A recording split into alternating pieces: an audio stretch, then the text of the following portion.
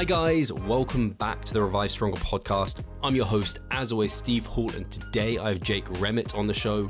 He's also a coach at Data Driven Strength. He's a PhD student at the FAU Muscle Physiology Lab with Mike Zerdos, and we dig into how did he get into academia and bodybuilding, what was the root of that, and then we dig into what his current dissertation project is looking like. And I think it's of particular interest to a lot of the listeners, me as well, because it digs into some tools that we're using to auto-regulate our training, and it might prove to provide some validity towards those, or maybe not. And then we dig into some recent published research by him where he looked into the accuracy of predicted intra-set reps in reserve in single and multi-joint resistant exercises amongst trained and untrained males and females. And there were some really interesting outcomes, and we kind of talk about the practical relevance of that study too. And guys, if you enjoy this, please do make sure to let us know, whether or not that be a review or a thumbs up or a rating. All of that is highly appreciated. Of course, subscribe if you haven't already, and share it with anyone you think might benefit from the podcast.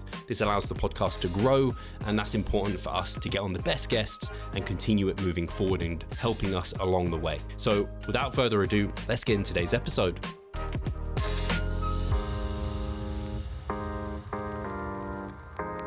Hi guys, welcome back to the Revive Stronger podcast. I'm your host, as always, Steve Hall, and today I have Jake Remmert on the show. I've known Jake and followed Jake for quite a while, so it's great to actually be chatting face to face here. I already kind of feel like I know him. That's always nice. But he is a coach at Data Driven Strength.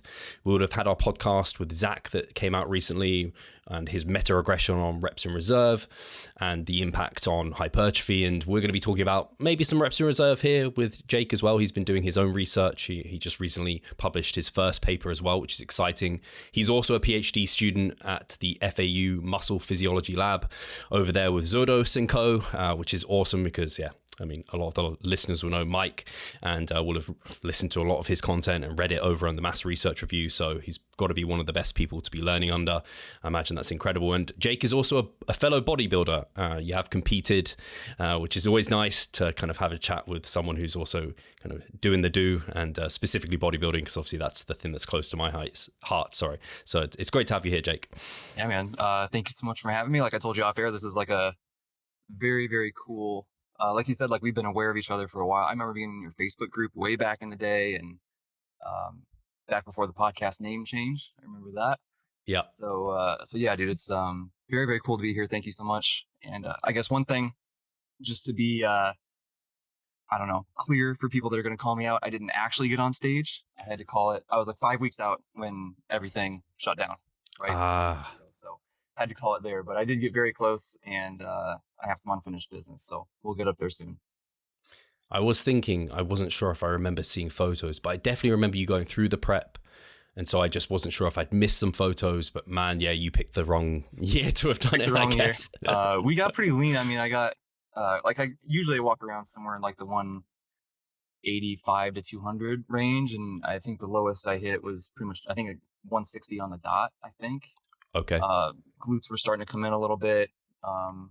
Ab veins, the whole. So we were getting pretty close. Yeah.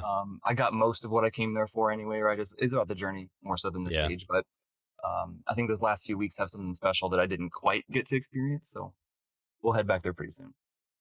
Are you around 5'10", bit around that? Yeah, 5'11". Yeah, 5'11". There you. Yeah, it's like just because those weights sounded familiar, and I was like, yeah, It sounds like you're probably around my sort of height. So yeah, it's funny how much of us. I mean, it's the law of averages, right? There's going to be most of us are probably going to be hanging around that unless you're some kind of genetic phenomenon. And right. Or so we're almost tall, right? yeah. Almost 6 I foot. was squat shoes, about 6 foot. Yep, that counts, right? Yeah. Do you have plans, actually talking about bodybuilding, do you have, I guess, your studies and you're a PhD student, that's probably taking priority. Are you planning to compete? Have you got plans to compete again? Yeah, man, I think, so originally my plan was to do it this year, like this coming fall. But I had some unforeseen things come up, recently. Like I had to get hernia surgery like 4 or 5 months ago. So that, you can't train lower body for a few months. That doesn't help a ton. Just, random stuff like that, and just, high stress levels with some stuff and whatnot. So anyway, now I'm finally back feeling healthy and normal again. So I think the plan is I want to do a little bit of a cut here for, I don't know, 6-8 weeks, something like that. Nothing crazy. I just want to kind of clean up, for lack of a better term, just, some of that extra body fat that was gained, when not being able to train very, very well, and soothing myself with food a bit more than is probably recommendable, but that's okay. So I want to do that for a little bit and then spend a little bit of time in a surplus to kind of rebuild some of that lost muscle. This has actually been eye-opening for me. Like, you don't lose as much muscle as you'd expect. So that's actually pretty cool. A little bit of a takeaway, at least for me, N is 1, right? So it's, not the best experiment for that, but it's still interesting. But anyway, so I want to rebuild a little bit of that, feeling like I'm in a good place. And then as soon as I have that, I want to pull the trigger. So I think my guess would be maybe 2024. It'd be super cool. I don't know, spring or fall. We'll kind of see what the timeline's looking like, especially with PhD and everything. But, in a weird way, I kind of want to do it while I'm really busy, just so I don't have to think about food all the time. I'm just going to be going, So that was a lesson I learned from last time. That was actually during my undergrad still. But even then, man, it was like the more busy I can stay, you just don't think about food and you don't feel hungry and you're on your feet all day. That helps a lot. There was a weird increase in focus the more hungry and depleted I felt for whatever reason. I don't know how to explain that, but I was like, hey, that sounds good for trying to do research. So that's the plan right now anyway, but we'll see how the cards shake out.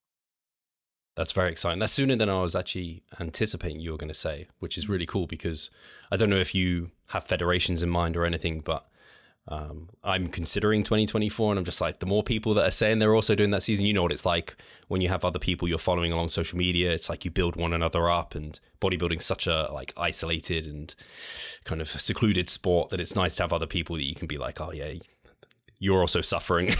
Yeah, for sure. What are you thinking, early, late 2024? What do you think? It would be late just because I hope I can qualify for Worlds and maybe be at WNBF Worlds. Maybe yourself will be there. No, I'm not that. Maybe in the same category.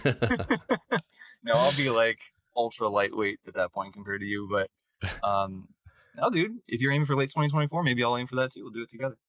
Yeah, it's fun.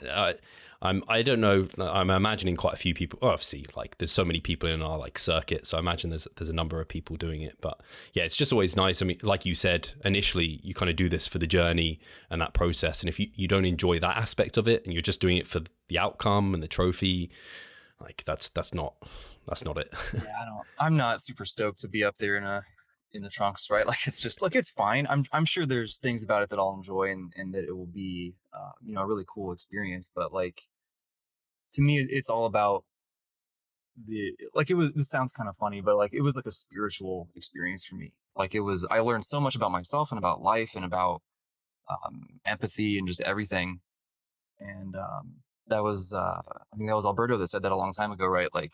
Best thing about prep is it uncovers things about yourself that would be undiscovered without it. So that's what it's all about for me. And I think other people who are like that, I think you're similar, and other people who enjoy that part of it, I'm like, those are the people that I really vibe with and have the best conversations about it.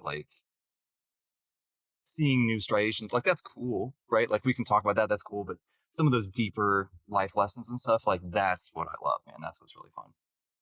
Yeah, and you mentioned it being, you kind of wanted to do it. Yeah, it does sound completely kind of opposite to what you'd want in terms of you want to do it when you're busy, maybe stress is a bit higher, but there's something I understand definitely about being busy and you can almost separate yourself from bodybuilding because I don't know, people probably understand this, sometimes rest days or deloads, they're some of the hardest times because you've just got the time to think, you're not just doing. Whereas when you're busy, yeah, and especially when you're dieting, if you got a whole weekend free, it sounds amazing. It's just yeah, but now all I can think about is food. I want to, record a podcast on the weekend or maybe start some new clients up and do a couple of training sessions, walk around outside with my parents or something. I don't know, do something that just keeps me occupied because you don't want to have all the time in the world to think about it because then, I don't know, you're just going to peak week research for become a monk and know everything about everything, but nothing about anything. Exactly. Yeah, for sure. So that's exciting. So that's really cool. What, all I kind of wanted to get into a bit of your background in terms of like what took you to the muscle physiology lab, what took you into wanting to become interested in research. I guess you were already bodybuilding before you went into research that relates towards like muscle hypertrophy and things like this. For sure. Man, so I guess all the way back, I guess I started just like most people, right? Like just like wanting to look different. Um, I grew up like I wasn't bullied or anything like that. Like I think a lot of people actually are. So I'm fortunate in that sense, but I still was a little bit uncomfortable with my appearance and just wanting to, build some muscle, lose a little bit of body fat, that general thing. And got pretty shallow really into that rabbit hole before I stumbled across this guy named Lane Norton. And I was like, oh, people get PhDs in this and I can really trust what they're saying because you immediately see all of the, conflicting information and whatnot, right? So when I came across him very early, and I think that's a huge influence on me is just seeing you can do science with this stuff, right? And you can have a training program and nutrition that's rooted in something. It's not just in this worked for my other client or whatever. So I think that was a really big influence and kind of planted that seed in my head of not only can you train like this, can you go to school like this, but you can have a career in this, right? Because I was working retail at the time and I was very unhappy and felt very trapped and made minimum wage and everything. And I was like, man, what am I going to do? So when I found that, I was like, oh, I could coach people. Like I could do this kind of thing. So that was an immediate interest of mine of getting into coaching. I was like, man, well, how do I stand out? Oh, I could get a PhD. That was where my head went immediately. And here we are, dude, which is so crazy. I mean, I don't even know when that was, 8 years ago or something, when that idea just popped in my head. And I was like, man, okay, I guess we're going to do that. So I just went, I don't know, I just started and did my undergrad at a school that was close to me, as you do. And when it came time to think about grad school, I was like, what am I going to do with this? And I remember seeing, this guy named Mike Zordos on it was actually Lane Norton's podcast, I think, back in the day. This is his older physique science radio that he was on.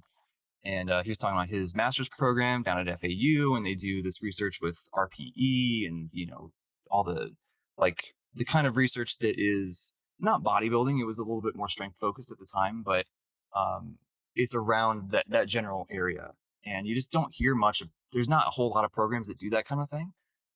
It's more common now than it was then, but still, like it was pretty rare. And I heard that and I was just like, man, how crazy would that be if I someday get my master's with him? And then I just applied and we got in and there we go. So it's pretty crazy how it all turned out, to be honest. But it was just sort of like, it just kind of built on itself, excuse me, of being exposed to these people on podcasts or YouTube or whatever, and being like, I really like what they're doing. How can I learn from them, or how can I get exposure to them, or how can I, network and try to, just become. It's really arrogant actually to think of myself back then thinking this, but like, how can I eventually be a peer with these people? Yeah.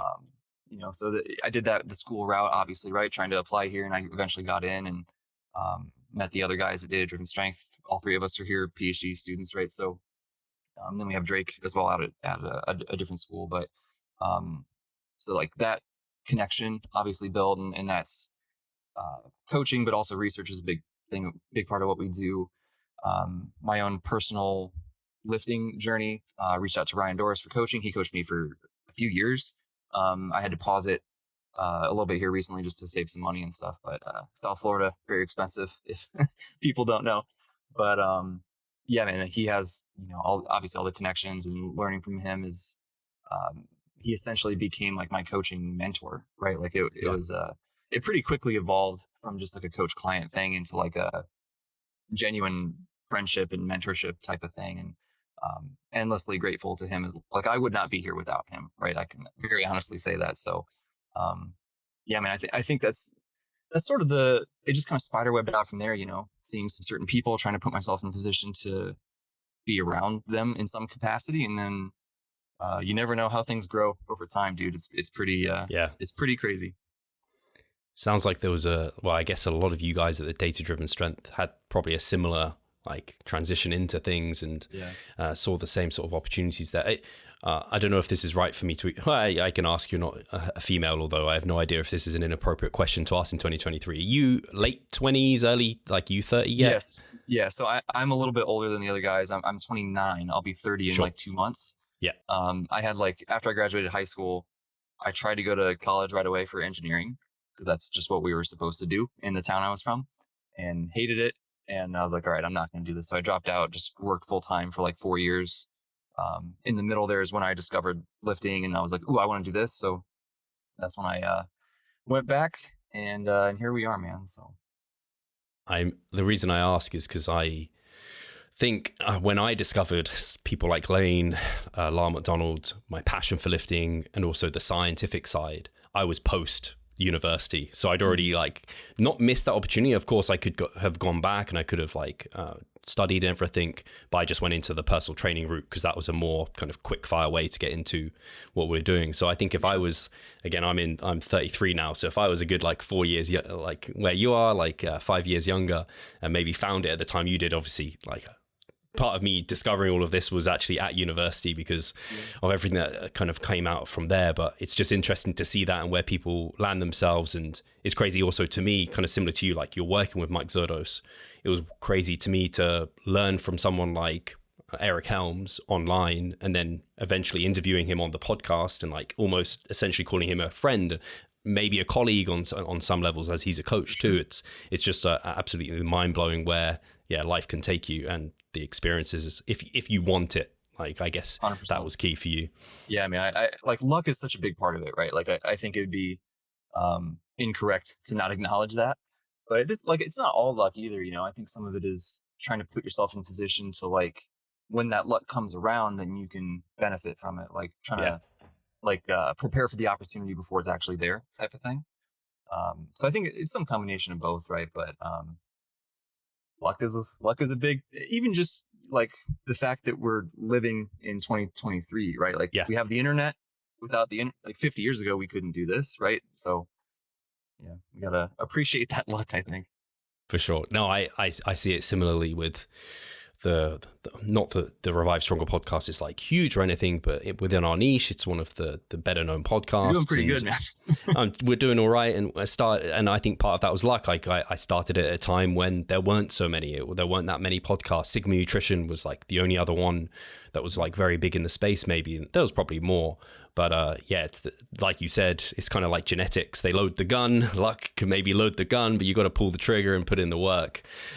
So there's more to it there. I know off air we were talking about your dissertation that you're working on, and you said that that's pretty interesting. We didn't dig into it off air, so I'm excited to kind of hear a little bit more about that because I think it sounds like people are going to be interested if I am.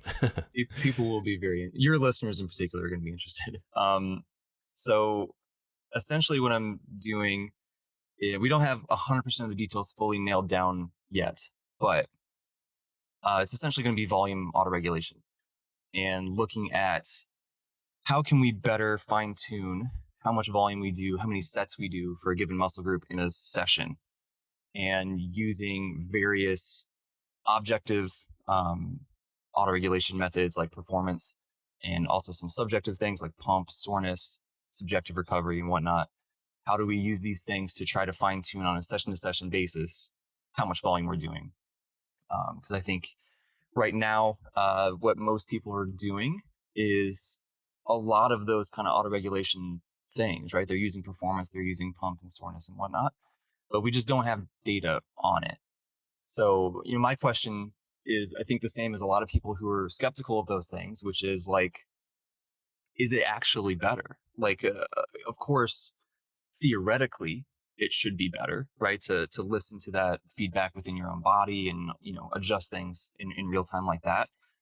But as we know from the RIR research, for example, people are prone to errors with things, right? We don't always perceive things accurately. So trying to, directly compare sort of within subject, right? One limb, I'll do probably biceps, doing an autoregulated method, where the other limb is just always doing the same number of sets every session, regardless of how they feel. And of course, we'll set that up so that that fixed arm, we'll be very, very confident that they're going to grow, right? And because we don't want to, hamstring our own results. We Yeah. want to make sure that that it's a fair comparison.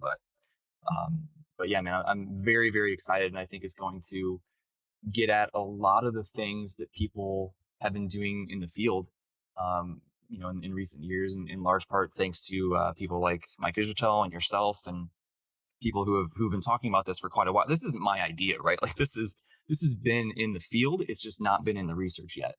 So I'm very much looking forward to it, and I think we'll have the direct study on it, but we'll also have some a cool meta analysis to try to get at that question as well.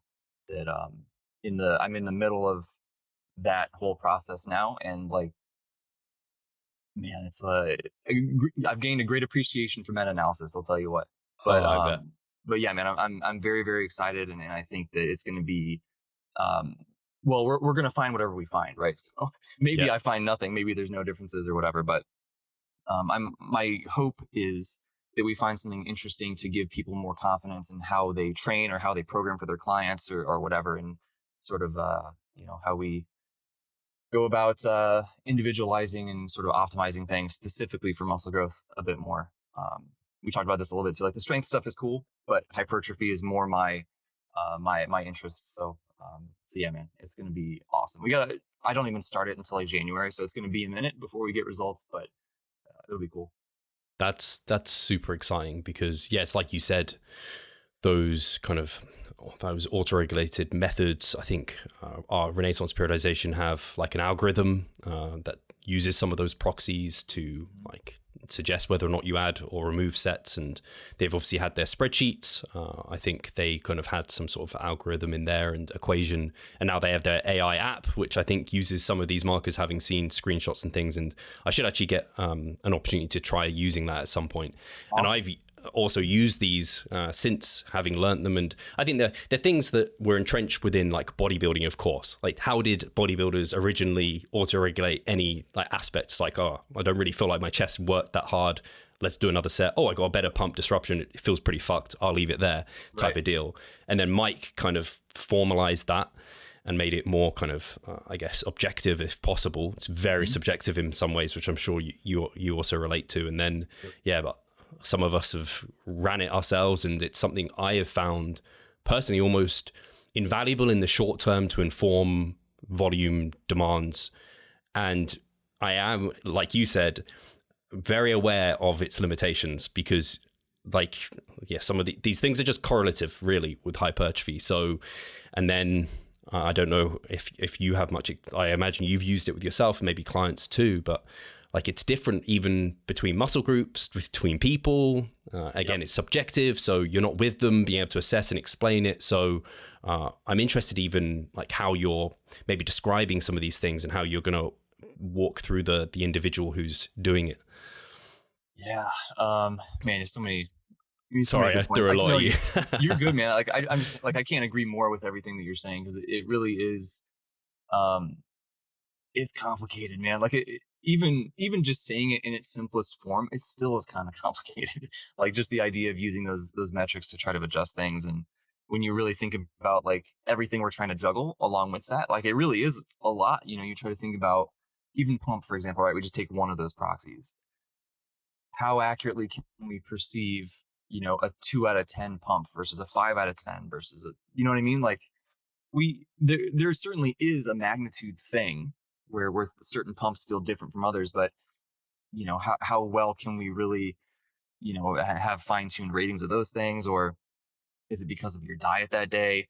Is it because of, whatever, you're just extra hydrated when you're training, or it's, the temperature and humidity is different or whatever. So it's never going to be perfect. And I think that's okay, right? Like, with something like free living, very dynamic situation like training, we're never going to have something that's perfect. I think the idea is just trying to get as close as we can. And then there's always going to be that subjective, like, judgment call people are going to have to make. And we all have our biases. Like, my bias, probably similar to a lot of the listeners, is that more is better. And getting away from that has been very difficult, right? And it's been a big learning process. And I think that's always going to be a thing for people. Um, So I don't know. I think we just try to improve the tools as much as possible so that people can, be as rational and as objective as they can. And obviously coaching is, I was just talking to somebody else about, like AI with coaching. And, I think this is one of those areas that like gives me comfort that AI is not going to make coaching obsolete.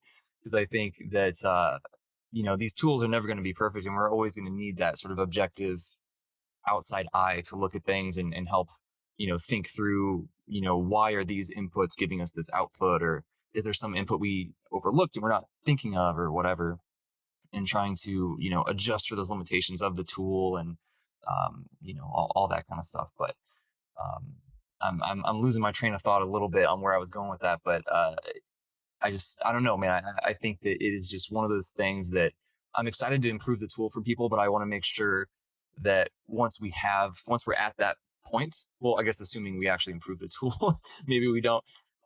Like I said, we'll find what we find. But I think once we get to that point, it's going to be very important to really keep the findings in context of everything else. And um, there's going to be limitations, all the way up the ladder with everything. Even with the actual research, people often don't think about how many limitations go into research. So, we want to be cautious with everything, but yeah, I hope it's helpful. I hope it's cool. Yeah. If nothing else, it'll be fun to do, and we'll learn a lot. So I'm very, very interested in it. I'll definitely have to get you back on to discuss it. I'm here. I know one of the things when you describe like the pump disruption, kind of soreness, obviously performance being key. Performance is easy for people to think about because you don't have to worry about that one. It's not subjective at all. It's very objective and very important. Like it fundamentally comes ahead of all the other ones. But I know for me, when I'm using these tools with myself and clients, at least what I've learned is you have to look at all of them, and like you can't rely heavily on like one or the other sometimes. For example, like for me, like if I rely heavily on soreness, I'd be doing stupid number of sets for some muscle groups that I don't know if they'd ever get sore. Performance would drop before they got sore. Just would happen for sure. Like lateral delts, I don't know when I ever had sore lateral delts. Yep. It never happens for me. Yep. But like I can get like, so as an example with my quads, for example, like they don't often actually get like crazy soreness, but in sessions, that kind of fullness of pump and disruption is a clear indicator to me more is not required in this circumstance. But if they get recovered like for the next session, great. But it's not like, oh, I should do more volume for that session. Therefore, it's like, no. When you come to that session again, if the same number of sets still get you that huge, crazy like stimulus, I'm not adding sets in that scenario. So it's like, I've had to, from using these proxies myself in sessions and then trying to educate clients on that sort of level of nuance, that's where it becomes, kind of challenging in many ways. I don't know if there was any points there that like made you reflect on. All of it, man. I think the biggest one immediately is like every muscle group's a little bit different, right? Like I have the same experience with my quads. Like they rarely get super, super sore unless it's like a brand new movement I haven't done in forever. But then I have like hamstrings that are always super sore. Like I could do one set of RDLs and I can't walk for 3 days. Like it's weird, whereas some of those other biceps, side delts, whatever, they never get sore, so everything's a little bit different. And you're very right that I think we always need to look at everything together. Because even like performance, like we said, is sort of the most objective one. But if you're using RIR, it's no longer perfectly objective, right? So like in the research, we're going to have to train to failure on every set to keep it as objective as possible. Um, but then there's another limitation, right? We try to apply that to someone training at 2 or 3 RIR. All of a sudden, maybe things change a little bit, So um, it's things are never as simple as I would like them to be. But that's okay. I think that's also a fun thing about it too, right? Like if research could give us a perfect recipe for everybody, that's not fun. You know what I mean? Like part of the enjoyment is the puzzle and the, seeing like I try this, oh, that didn't work, but it did work good for my quads. I need to work on my hamstring stuff a little bit or whatever. So I will always evolve. And I think that's one of the most beautiful things about bodybuilding in particular. Um, Strength is a lot of similarities, but I think bodybuilding especially, there's just so much room to like be in touch with your body and really um, the internal awareness like just has to be so good. And I think that that serves us very well outside of the gym. I think it serves us better outside the gym than it does inside, just because there's more things going on outside the gym. But yeah, man, it's like prep, right? It's those life skills that you learn that really make the journey worth it, I think. Yeah. Yeah. And I think this research, like in your, like to do a meta-analysis on something relating to this subject, like I think it can be like super invaluable for bodybuilders to validate that, if it were to validate that method. Now, if it didn't at all, then I'd be like, oh crap, we're back to like baseline, right? Yep. But it just because like you'll see this with your own clients. But if I gave everyone the volume my biceps need, I always use biceps as an example just because for me they're a very strong point. A lot of people, some people might lose muscles. Like for a lot of people, it'll probably just be maintenance, and maybe some people like me would end up growing some. But like again, it's so I've only come to understand that through some of those proxies where I'm just like, doing another set here just wouldn't make any sense. Like, so I think that could be yeah, that research is going to be very exciting. Do you have any timelines on it at all so that people have an idea? Well, the longitudinal training study is scheduled to start right around the new year or thereabouts. So the goal is January. So obviously some of that depends on just, how efficiently things move along, but we've been doing good so far. So that's the goal. And the meta it's important that gets done before, I'll put it that way. So then obviously, there's a time frame of, actually getting it published and that kind of stuff. But that's my goal anyway, is to get the meta done, before the end of the year, and have that out, and that'll be a cool thing and hopefully useful. Maybe it's a neutral thing because, like you said, maybe we find nothing and whatever. But finding nothing is still interesting though, and still valuable, I think. But anyway, so that's the rough goal, at least, is have the meta done sort of by the end of the year, and then jump into the training study early next year, and then that'll take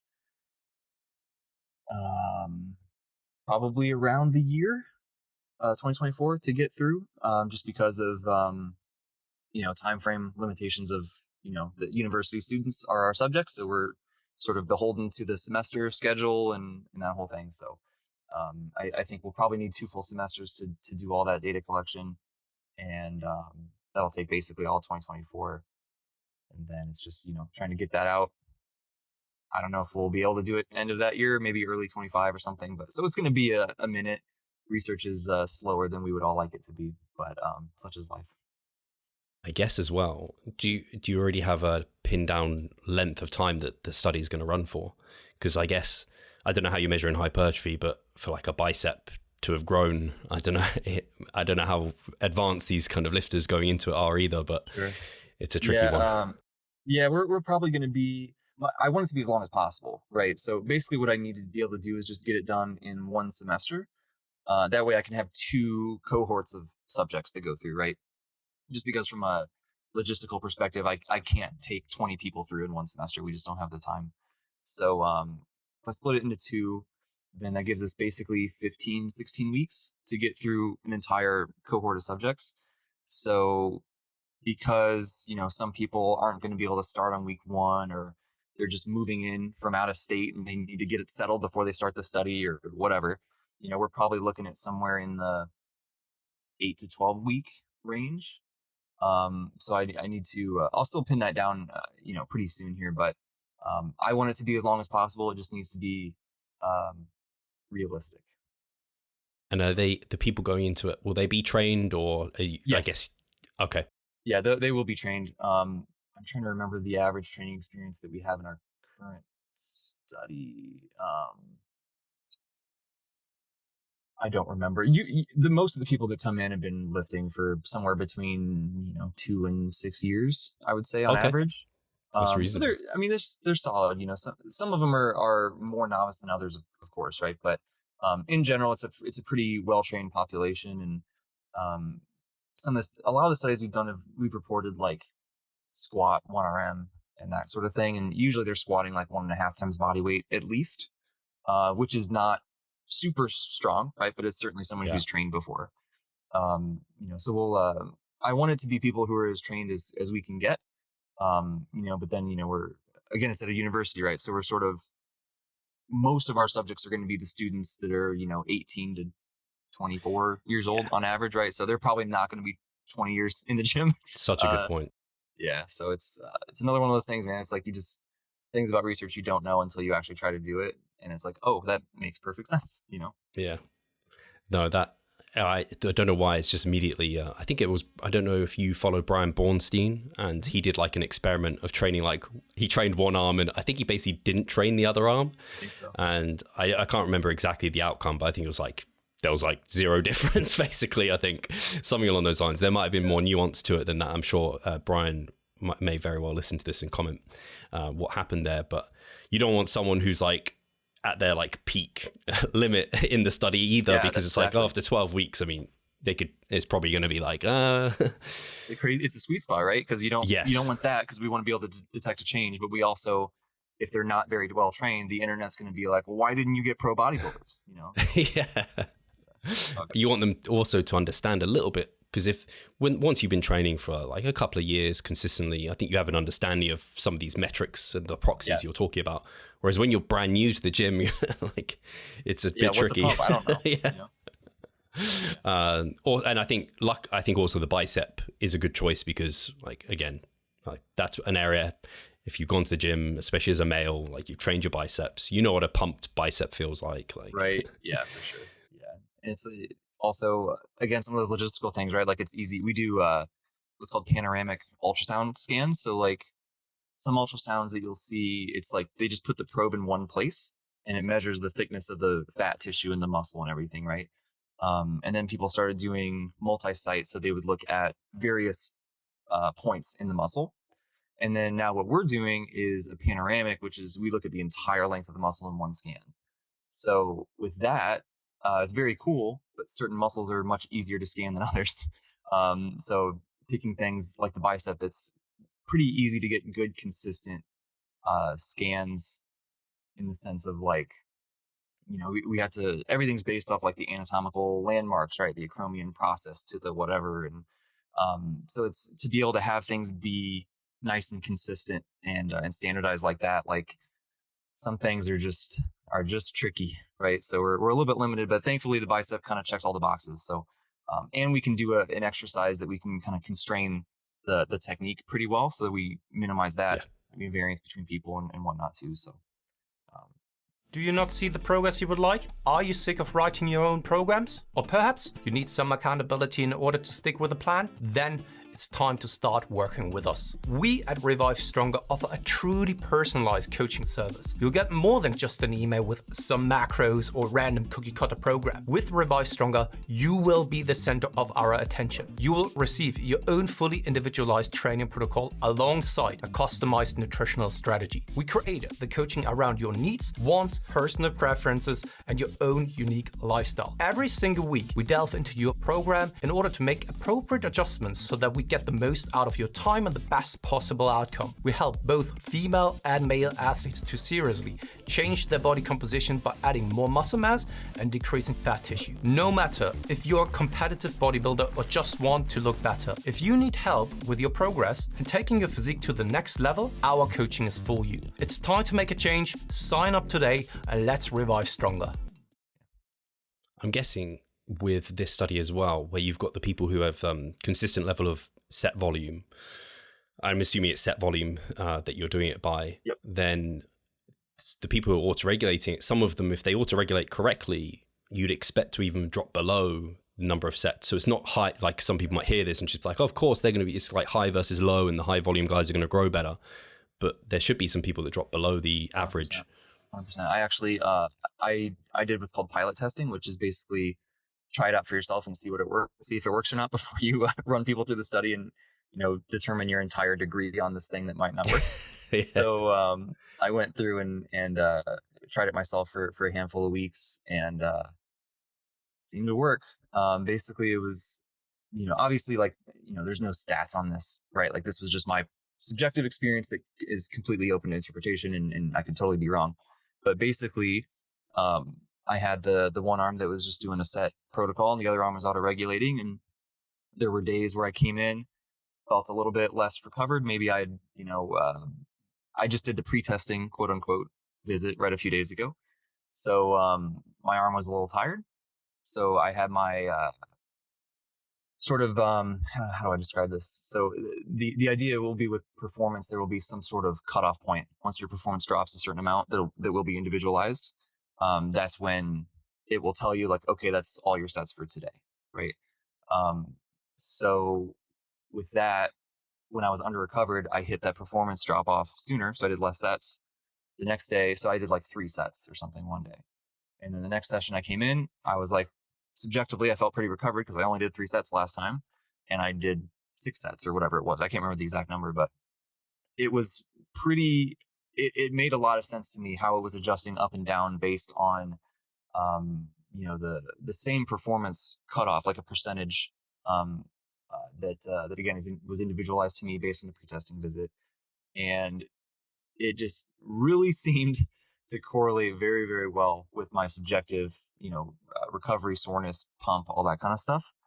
So we'll see. Maybe I'm the weird one, or maybe I'm biased because it was my study, and I wanted it to work. So, we'll see. But it made me very encouraged, and obviously enough that this is what I want to do for my for my PhD, right? So, yeah, man, it seems to work well going both ways, which is very, very important. Like you're saying, if one limb just always does more volume, then it's probably going to grow more, right? And then is it because of the volume or is it because you autoregulated?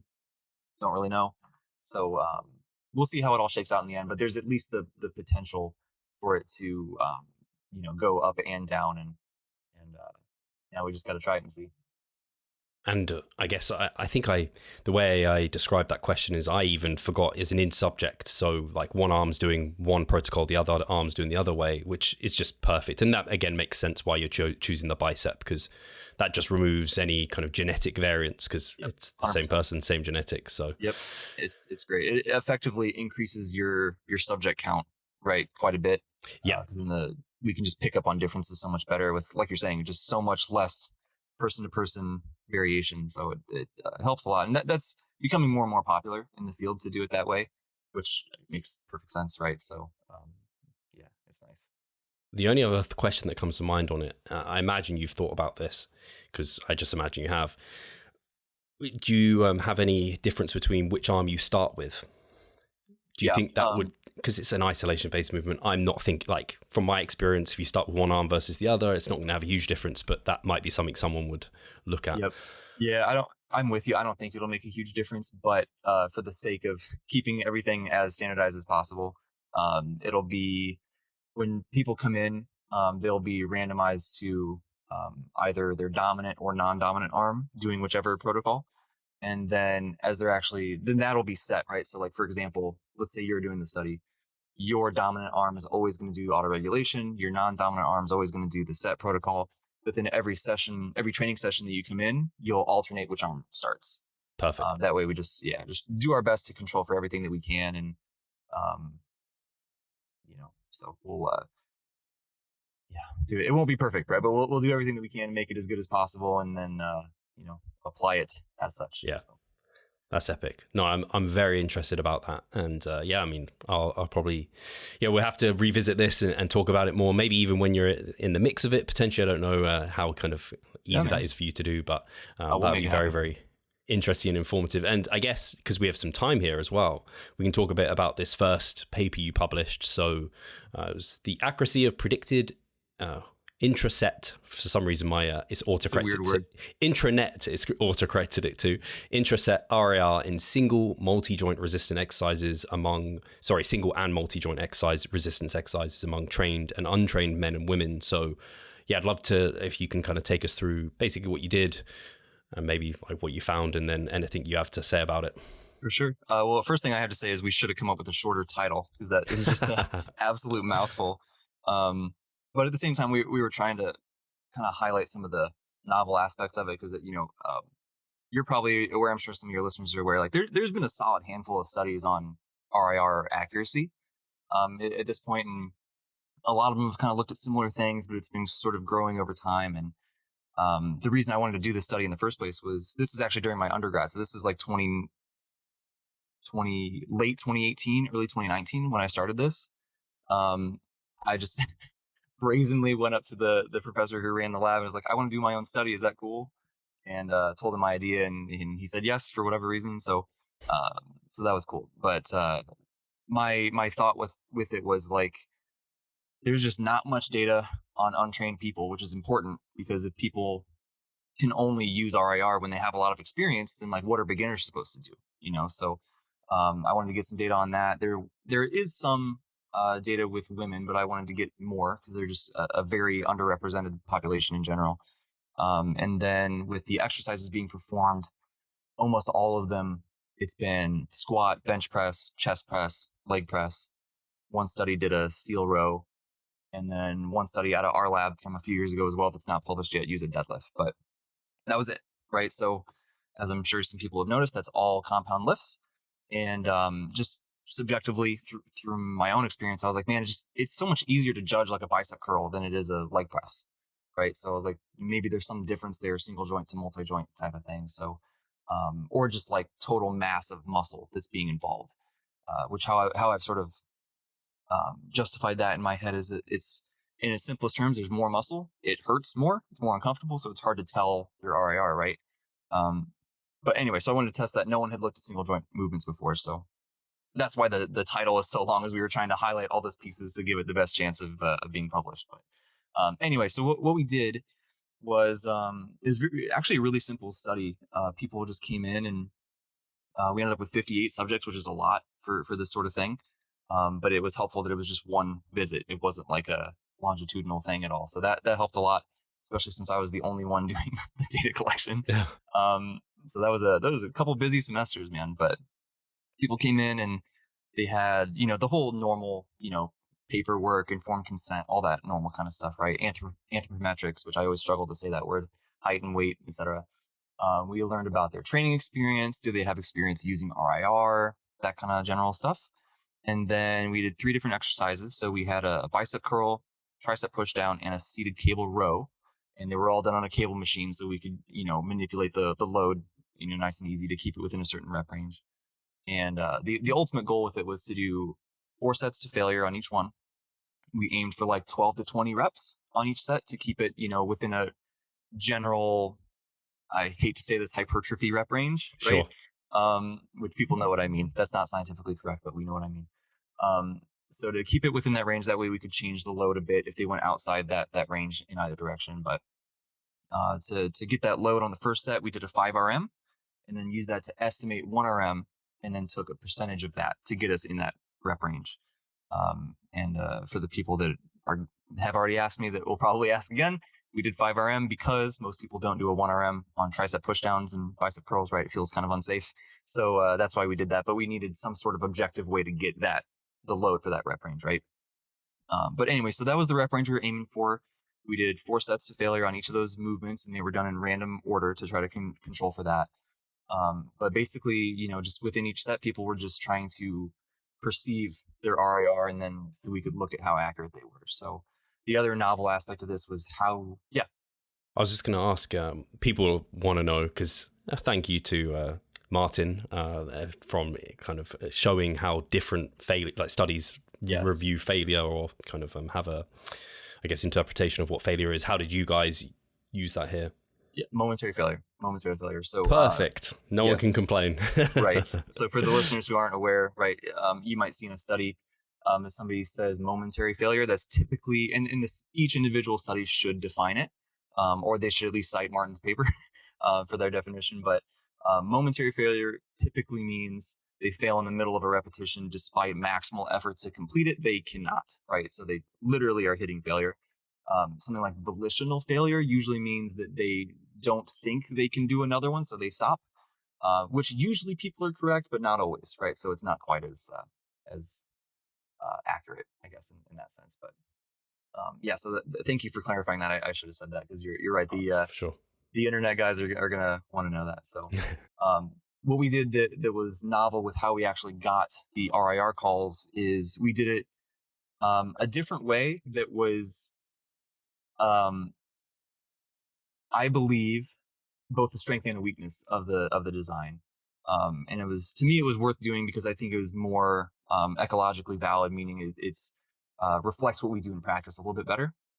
So what previous studies have done is they either have people stop after a certain number of reps, rate their RIR just the one time, and then keep going to failure. So like some papers from Hackett et al., for example, usually do this. They'll do like 10 reps, say I have X RIR, and then they keep going to failure, and then they can count backwards and see how off their prediction was, right? Some other studies have done, like from our lab, where they're going to failure, and then they never pause during the set. They just will say when they believe they have certain like predetermined RIRs, they'll call that out. So they'll say like, say 3 when you think you have 3 RIR. That sort of thing. So before there's one study that they called out 5, 3, and 1 RIR. There's a couple more that were really similar, but that was really it, right? So we either have a single prediction after a certain number of reps, or we have 2 or 3 predictions at certain specified RIR targets. And regardless, people can sort of back calculate how accurate the ratings were. What I did is I was like, man, we're not limited to rating it like that in practice, right? We can kind of feel it out rep to rep. So I wanted to see how that would go, basically, right? I just wanted to test it and kind of see how it worked. And would we find similar things, or would it be totally different because it's just a different methodology? So what I have people do is they would just do as many reps, whatever. Once you feel like you have 5 RIR, say 5. And then from that point on, after every single rep, tell me how many RIR you think you have. So theoretically, perfect accuracy would mean someone's essentially counting down 5, 4, 3, 2, 1, 0, and then they fail the next rep, right? That happens sometimes. But as I'm sure you can imagine, there are people that, said 5, 6 times. And then, you know what I mean? So some people were highly accurate. Some people were highly inaccurate. And it was very individual. Luckily, having so many subjects helped us to really, find some pretty useful averages and stuff. But that was, we'll talk about the results in a second here, I'm sure. But that was one thing that I always want to try to emphasize, is that while the results are what they are, which is that people were generally pretty accurate, which is what we tend to find in this research anyway, especially close to failure, that there is quite a bit of individual variation where usually people aren't going to be off by 10, right? But some people might be off by 1, some people might be off by 3, whatever, something like that. Yeah. But before I go on to the results, does that make sense? Do you have anything I should specify? Yeah, it makes complete sense. Yeah, you mentioned like people aren't normally going to be off by 10. I think sometimes people will cite some literature where like I think it's because of the way the literature was done, in that they like went into a gym, asked some people, what do you think your 10 rep max is? And then they did it and it was like, no, you had 20 on that. Mm-hmm. It's like, that's completely different how we actually apply RAR within like training, which is what you exactly demonstrated. The only thought I have is it's more of a thought about it as I'm thinking about my own training and kind of in the gym. Do you think anyone, because they say like their RAR, do you think some people like almost not fake failure? Do you think that was possible for people in this study where they're telling themselves, I have 2 left. So they, at that one where they thought it was the failure rep, they just kind of let themselves fail. Do you think people do that? So I tried very hard to make sure that didn't happen. I guess you're observing them. So yeah. And I'm like yelling at them, right? Like I want to make sure they actually hit failure. I think it would be naive to think that didn't happen at all. Just because, I can be yelling at somebody, they can still fake it, So I don't think that happened, but I can't say for sure. It's certainly possible. And that happens in the gym all the time, right? People get tired of doing the set. They want to be done. And especially, some of those sets, people were getting up to 18 reps or whatever, right? Like you want to be done at that point, and I can't blame you. But yes, I did try my absolute best to make sure that didn't happen, but it could. I guess, yeah, I'm just thinking of, you probably had it where you're reviewing client form footage and you're seeing them go through their set and then they like stop halfway through a rep and they're like, yeah, I failed it. I'm like, what? Yeah. You look like you had like 3 left. Like, come on, man. Yeah, like, speed was the same either, which, the speed drop off is very individual, but still You're going to see some degree of drop off, right? Yeah. So that's great. At least like you have lots of experience with it. You know what to expect. Like, if their facial expression is like, they don't look like they're stoic and they're not really struggling Right. at all, and they're just like, their breathing is very normal, they're not red in the face at all, you're kind of concerned that they haven't really pushed it there. So it's great that the fact you have someone like yourself shouting at them in person validates it way more than if they were just doing this on their own. Yeah, it helps. And the I guess for the listeners, like, usually in the if you're reading a full text, there's usually going to be a statement in there. If people did that, there's usually some sort of statement like verbal encouragement, or things like that, right? Where if you see that, you can have, again, not always, it's not going to be perfect, but you can generally have a bit more confidence that people were actually pushing as hard as the method said that they were. Like, I can only speak for our lab, but like, it gets crazy in there when people are 1RM testing or going to failure or whatever. Like, it is a lot of fun. It actually makes me miss powerlifting a little bit, to be honest, when people are just really getting excited for their 1RM tests and stuff. It's cool. But. So I guess you kind of alluded to the outcomes there, where between the subjects in terms of being trained, untrained, male, female, there didn't seem to be, and then multi and single joint movements, there didn't seem to be a huge amount of difference between. Right.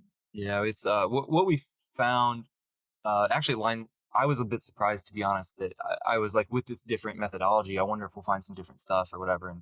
And we didn't. Like, it lined up with all the other studies that are like, generally the closer to failure you are, the more accurately you can judge, which makes sense. We've all had that experience, right? As you do more sets, it's easier to judge, which again, we've all had that experience. You have very recent, like, oh, last set, I thought it was this, it was actually that. So now this set, I can judge it better, right?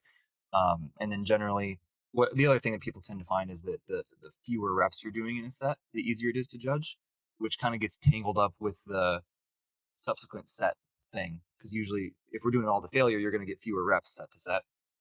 So we try to control for that a bit with having that rep range and adjusting the load, but still. So anyway, that was all the normal stuff we would expect to find. We did find that.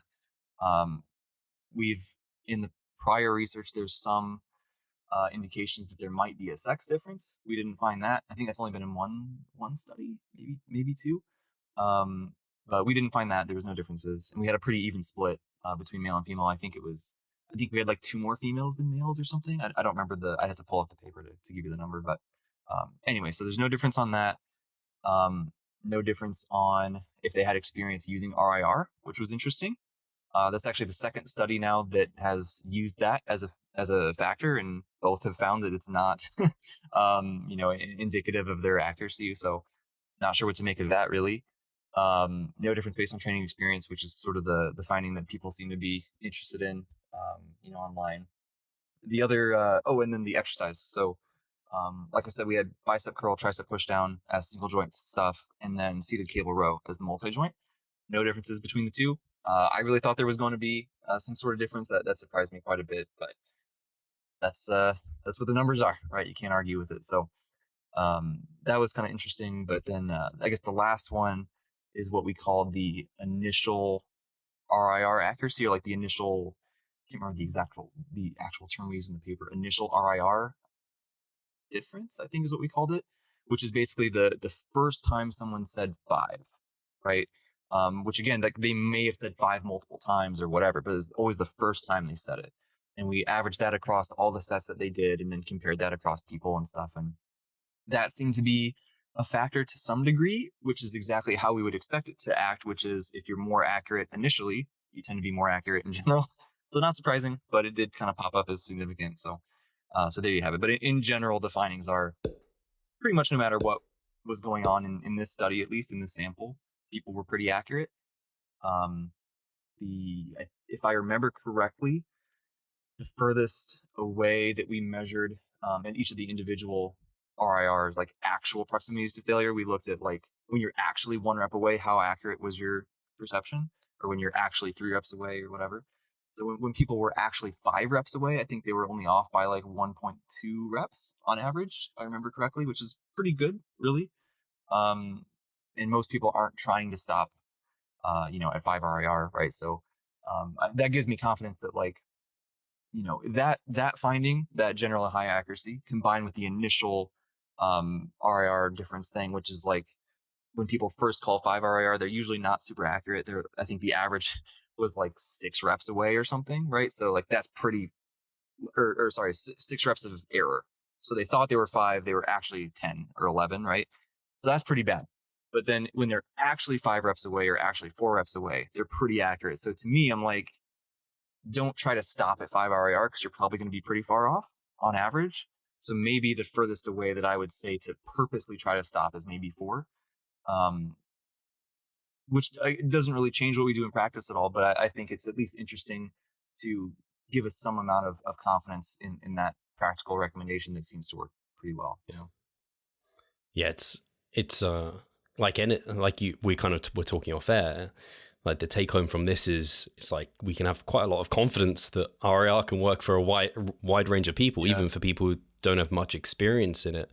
I know the last meta-analysis that looked at this, I think it was Halper in 2021, and anything kind of sub 15 reps was like they're a rep or like less away from what they predicted RIR to be, and then 15 plus reps was where it was like a rep or more that they were away in terms of accuracy. So like we're talking, I'm sure you'll kind of confirm this, Jake, but like people don't need to worry about being precisely 3 or 2. It's like we want to be in this range that's stimulative for growth because it's overloading for hypertrophy in terms of like relative intensity. 100%.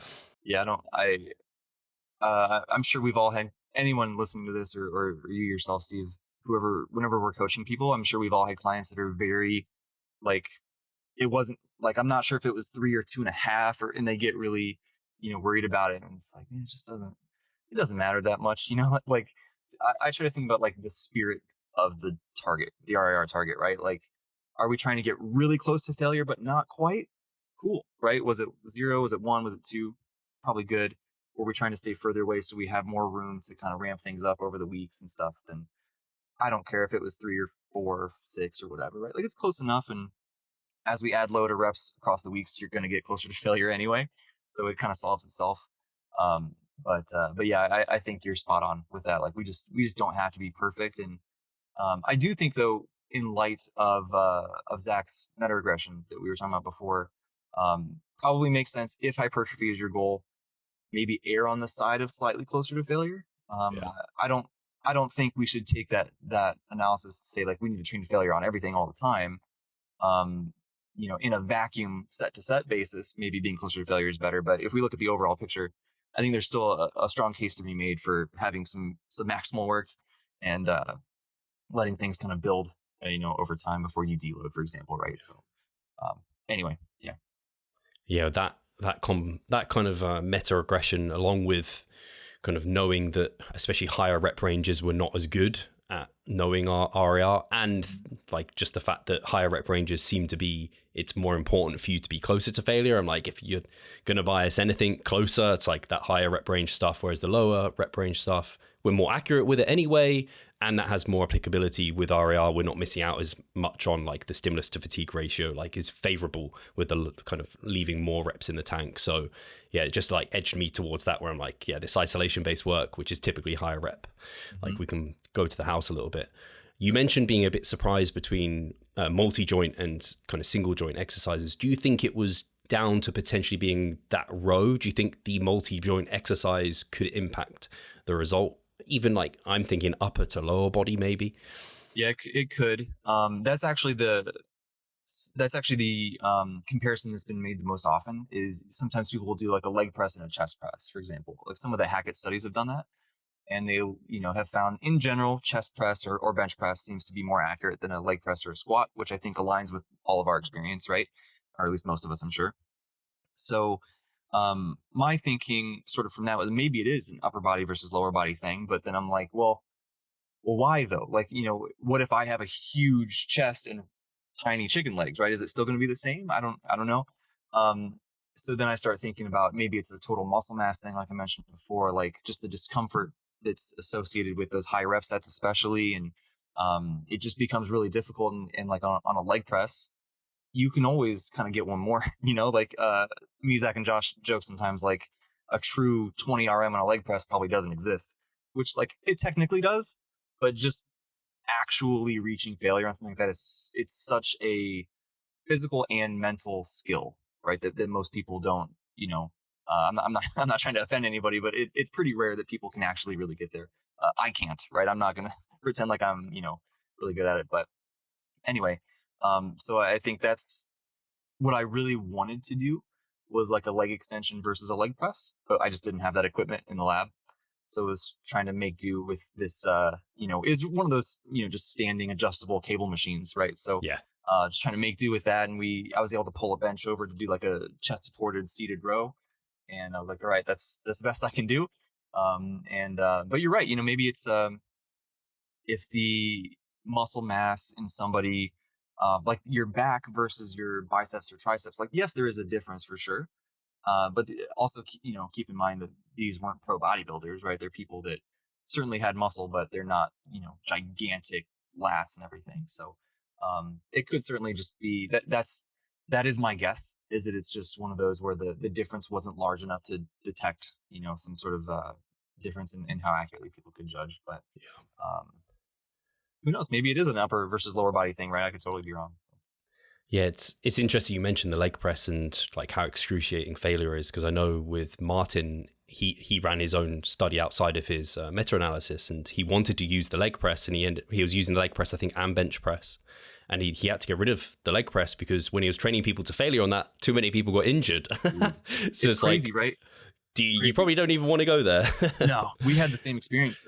Is actually Zach Robinson, for the listeners, right? His master's thesis, where we had squat and bench press looking at proximity to failure and its effect on strength and hypertrophy. And we had to stop, like the failure group was discontinued because everybody was either getting hurt or had strong discomfort or whatever. And then even the group that was squatting to like 7 to 9 RPE, which would be 1 to 3 RIR, right? Or there was a group that did that, but the last set to failure, even that minimal exposure to it was too much. We had to stop that too. Right. So like my master's thesis, which used the bench press data, was supposed to have the bench and the squat data, but we just couldn't use it. Right. So it's another one of those, we talked before about like things about research you don't really think about until you get in and try to do it. It's like some of these studies, man, where, they're apparently doing dozens of sets of squats to failure. I'm like, really? Like, it's maybe, right? But it's just in my experience, it's I'm not super confident in it always, right? It's tough. But yeah, man, it's And even down to, I'm glad you mentioned it with the row you're using. It was a chest supported row, which I think makes this better because I think that's harder to cheat. Yeah, like, I think it's so. obvious when you're cheating a chest supported row, whereas when you're doing like a non-chest supported cable row, like it's so easy to use more momentum, more like movement within the torso. And so like, it's like, where do you draw the line? Whereas for you, it's like very clear. Yeah, I actually had to throw 2 subjects out, the first 2 who did it, because I didn't have the chest support at first. And 2 people I thought they did something wrong, like badly wrong. Yeah, I was like, this isn't going to work, is it? So I had to replace those 2 subjects, but that's how it goes. Live and you learn, right? And I guess, obviously, you're a practitioner as well. You've been training for years. And I think for you, it was surprising. And it was surprising to me. I don't know if on reflection, it's less surprising or not. I think it's still surprising to me that, like, you could, I guess, use the 2 studies now that have come out and shown no difference between people who have experience with RAR and don't, that reps in reserve and training close to failure. And this is something I hear a lot. I'm sure you've heard it, Jake, is like people like training to failure is a skill, like getting that high like level of intensity is like a skill.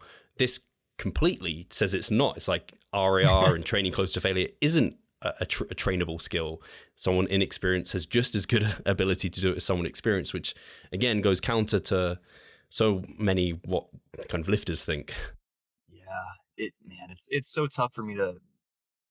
I'm with you. It's tough to wrap my head around.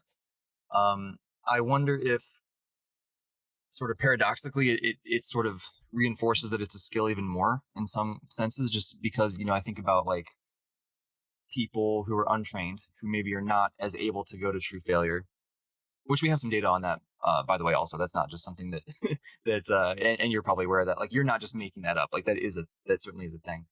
But it may be if people are just not able to truly go there and they can't judge as accurately anyway, like, does that kind of cancel each other out in a sense, to where they're not paying for that lack of skill. I don't know if that makes any sense how I'm saying that, but like they're not, because they can't go to true failure and because they can't judge it super accurately. Maybe there's like some weird thing where if they could do one of those two things but not the other, maybe we'd see a big disparity. But because they're sort of in both of those, I don't know. I could just be completely making that up. But it is nevertheless, right. It is odd that we've now seen that. And again, it's just two studies, right? So there's your cop out researcher answer of like more data will be helpful. Yep.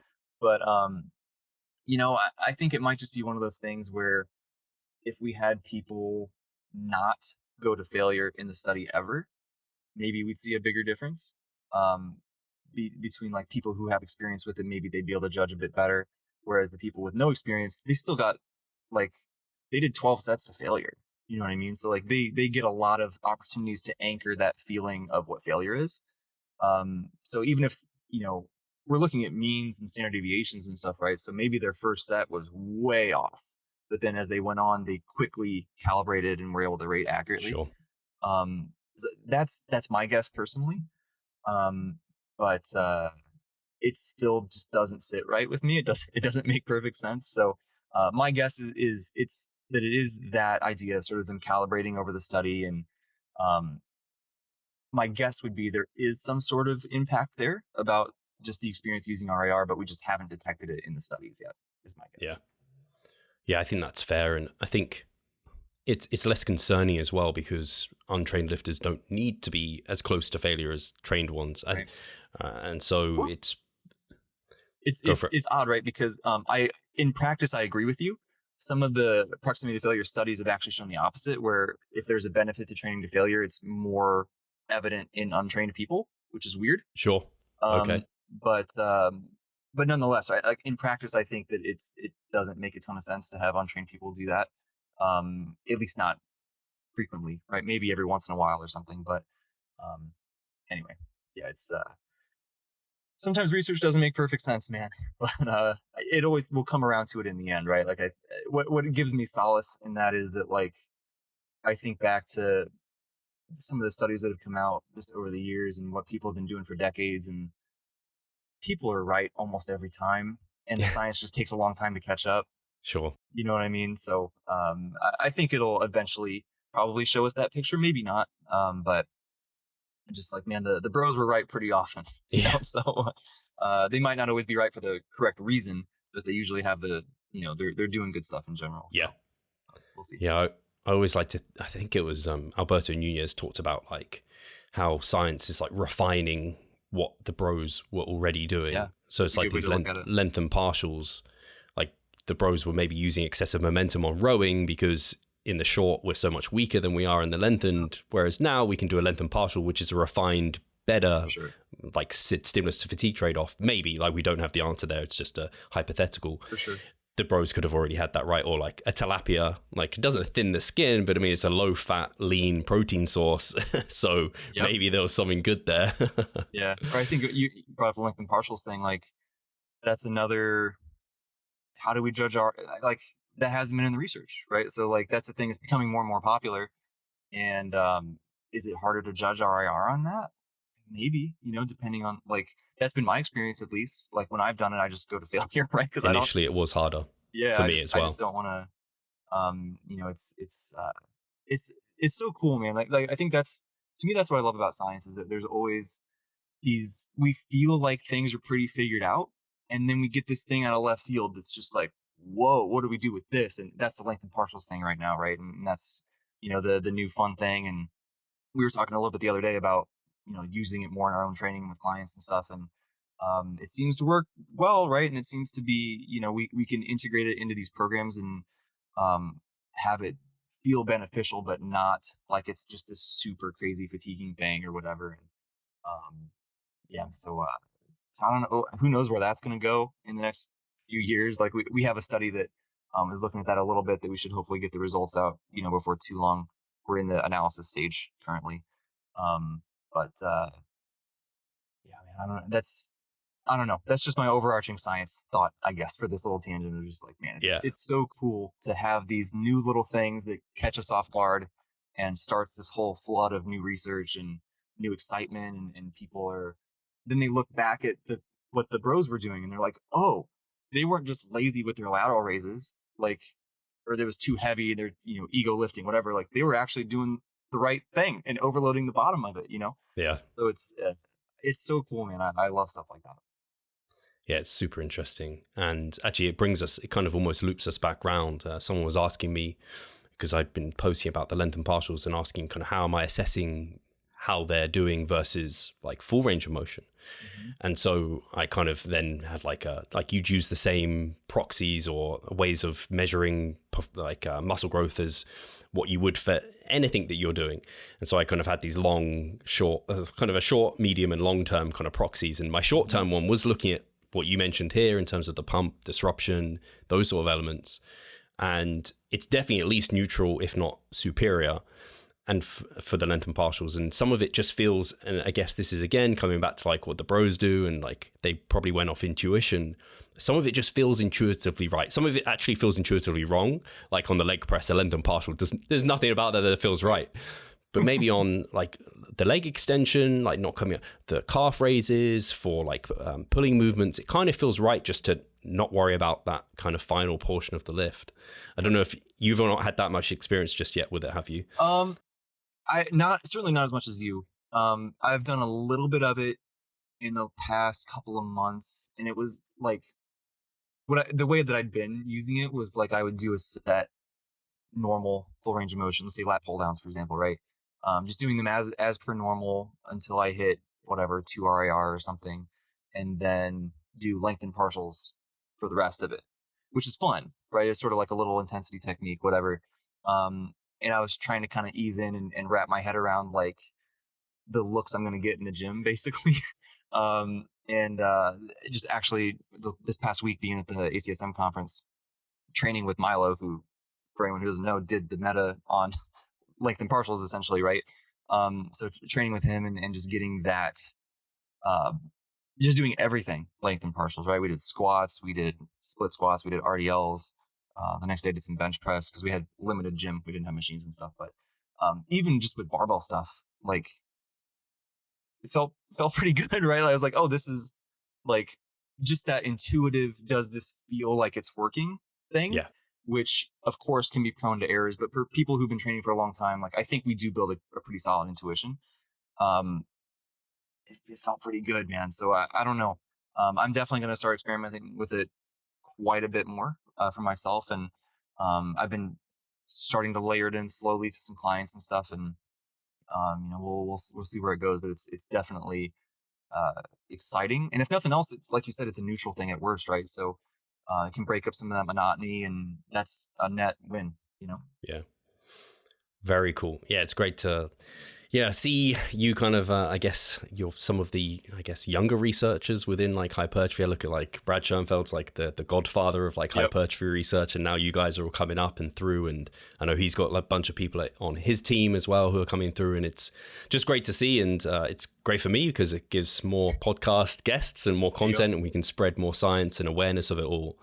So it's fantastic, and it's been great chatting to you, Jake. And like I said, I'd love to get you back on. But if people want to keep up to date with kind of yourself, what you're up to, maybe your own bodybuilding endeavors, but also your research, where should people head? Yeah. Well, first of all, thank you so much again for having me on, dude. I'm, like I said, to say it's an honor is an understatement. So I have been following your work for a very, very, very long time. So it was a pleasure, and I would be more than happy to come on whenever you ask. So. I guess for my stuff, I guess Instagram probably the best place, I guess, because that's where I'll post about, obviously just all our content and stuff in general, but, my own bodybuilding stuff, any research that we get that's coming out, I always post about it on there too. So that's just jake.datadrivenstrength on Instagram. I think it's probably the best place to do it. We have a podcast. We have actually I'll shamelessly plug our nutrition course that's sort of specifically for body composition in general, but also for people with simultaneous strength goals. There's some special stuff in there for them, but for bodybuilders, I think it's still super helpful. So We have that course available on our website. It's pretty cool. Very happy about how that came out, and lots of cool stuff coming down the pipeline, man. So future's exciting for sure. Awesome. Thank you so much again. I'll make sure that's all linked in the description so people can check that out. And I guess we'll talk to you soon. Take care. Thanks, man.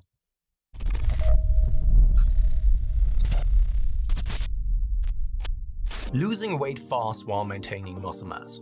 Sounds too good to be true, doesn't it? It isn't though. It's reality and we know how to do it. And we will help you achieve this. The Minicut Movement is an 8-week fat loss program to make you lose a huge chunk of fat while maintaining muscle mass at the same time. We will support you from the beginning to the end so that you see the results you would like to and come out of it much stronger. You'll receive a fully automated spreadsheet that is based on your nutritional needs. You can choose between 6 different male and female training templates. Over 30 videos will guide you through each and every single step of the Minicut so that you're getting the most out of your journey and that you always know what to do. But the best thing is that you can start whenever you want. The Minicut Movement is open 24/7.